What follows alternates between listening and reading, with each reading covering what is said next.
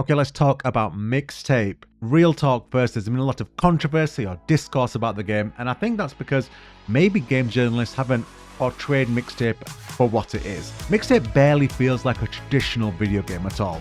It's closer to an interactive, short art house film, a playable mood piece, than something designed around game systems, challenges, or mechanics. However, it does only cost about £15 and lasts around 3 hours. So the investment is minimal, but if you go into it expecting a conventional game, you're probably going to hate it. And if you go in expecting a conventional 10 out of 10 game, you're going to hate it even more. And I do think that's why the discourse has turned into something weirdly hostile. Mixtape, it's somehow turned into a cultural barometer for online anger, a game people seem to resent simply because it exists outside the boundaries of what they think a video game should be. The second something experimental gets praised, people start treating review scores like acts of war. Look, Mixtape isn't trying to compete with Resident Evil 9, Pragmata, Crimson Desert, or Grand Theft Auto. Judging it against those games feels like getting angry that a Brian Eno album doesn't sound like Metallica. And that's the best comparison I can make, really, because this is a product about music, and Mixtape feels like a Brian Eno record. Ambient, reflective, drifting, melancholy. There's no big choruses, no explosive hook, no constant dopamine hit. It kind of deliberately avoids the things we've been conditioned to expect from a mainstream video game. No bombastic set pieces, just a lot of fun, a lot of rose-tinted glasses. And yeah, I think there is criticisms connected to it because it really directly taps into a very specific kind of nostalgia. Most game journalists today grew up in the 90s. If you're a games journalist, you're probably in your 40s, late 30s, early 40s, and Mixtape totally feels like it's made for that generation. A generation I grew up in. A generation where you would rewind a cassette tape to a specific point, so you record a song you heard on the radio over that specific old song you had. A game for the type of people that would have a CD Walkman in their bag and carry around headphones with them everywhere they went. A game for the type of people that would come back from their first job at 1 o'clock in the morning, put in a CD, turn on their Super Nintendo or PlayStation and put a game on and just kind of drift into the night. That is who this game is made for. It is not made for a modern, younger gaming audience. Really, I think that's where the controversy is, if you can call it a controversy. But more than all of that, Mixtape is made for people who genuinely love music. And when I say love, I mean love. I am one of those people. I'm a music nerd that travels the world watching live music.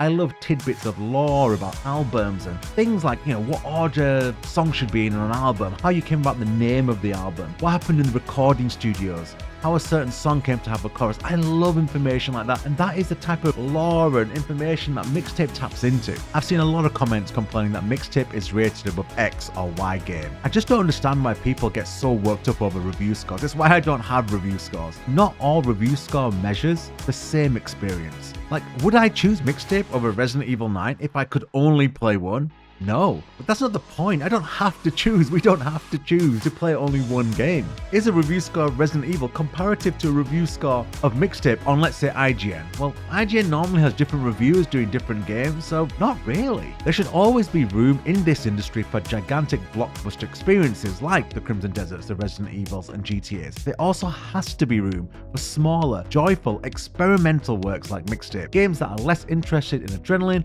and more interested in making you feel something. In a world where the algorithm seems to be pushing us towards this crazy culture war phenomenon that seems to be going rather than the real issue, which is the class war that is happening in the world, I feel like Mixtape has become some kind of weird battleground for it. I hope that isn't the case, and I do hope that people can look beyond these crazy things we have going on in the world, and people of a certain age and certain demographic can load up Mixtape and be taken to a simpler time. That's my opening diatribe on Mixtape anyway. Let's get into the review. Mixtape is a true love letter to anyone who has ever had music become the soundtrack to their life, to their memories, the happy ones, the painful ones, the cringy ones, and all the strange moments in between. It's an ode to possibility, to youth, to the stories we create just by living life and dreaming bigger than the world around us.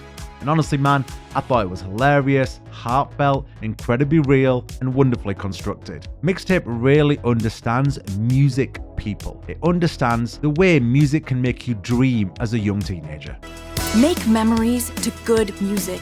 Invest in quality headphones. Always make a soundtrack, because pretty soon you won't be listening to music. you'll be listening to who you were. Now, I'm not just talking about people who casually listen to songs on the way to work. I mean people who live and breathe through music. People who attach so much to an album or a song or a chorus. One of my favorite moments in this whole game is when the main character judges somebody for saying that they don't really pay attention to the soundtracks of movies. Oh, what a soundtrack, huh? All the time. I don't really listen to the music. I just watch it. I know everything I need to know about you. I was crying laughing because honestly, I completely related to that. I am that guy. If music means everything to you or means as much to you as it does to me, that scene will hit you in the gut. That obsessive music nerd energy here feels really authentic, and it's something I can really relate to. Whether it's talking about different band members in a famous band that came and went, how they worked together in a certain time period, or some mythical story about how a song came to be. But as well as all of that stuff, Mixtape nails the little things too. Clapping along to the beat while skating down the highway. It's a little touch, and blink you might miss it, but it's these things that I love, and that's coming from someone who's a serial song belter outer. I know that doesn't really make any sense, but I love to sing in the car. I love to nod along to the beat and clap my hands and hit the steering wheel. Mixtape really encompasses that. The story itself is simple. There's three friends trying to secure some drinks for their last party together before life pulls them all in different directions, not knowing whether or not you're ever going to be as close with these friends as you once were. But the simplicity is kind of the point. Mixtape isn't really about the destination. It's about the moments that shape you before you even realize that they matter, before life can bring and take people out of your life and bring them back into your life. And it doesn't frame everything through anxiety, which some would say is a little bit rose tinted, a little bit like not based in reality, but I kind of like it. Look, you can leave the deeper stuff for somebody else. But to dream as a child is one of the most wonderful parts of life, before life truly takes hold.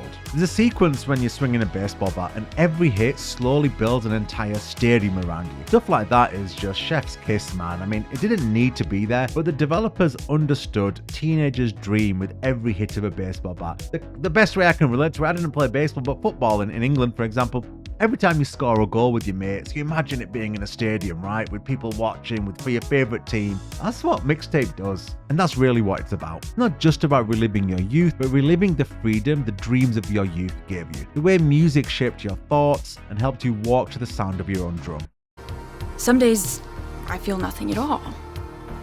But you pick the right song, it holds you in the moment. It gives it meaning. Because the music's going somewhere, and you're going with it.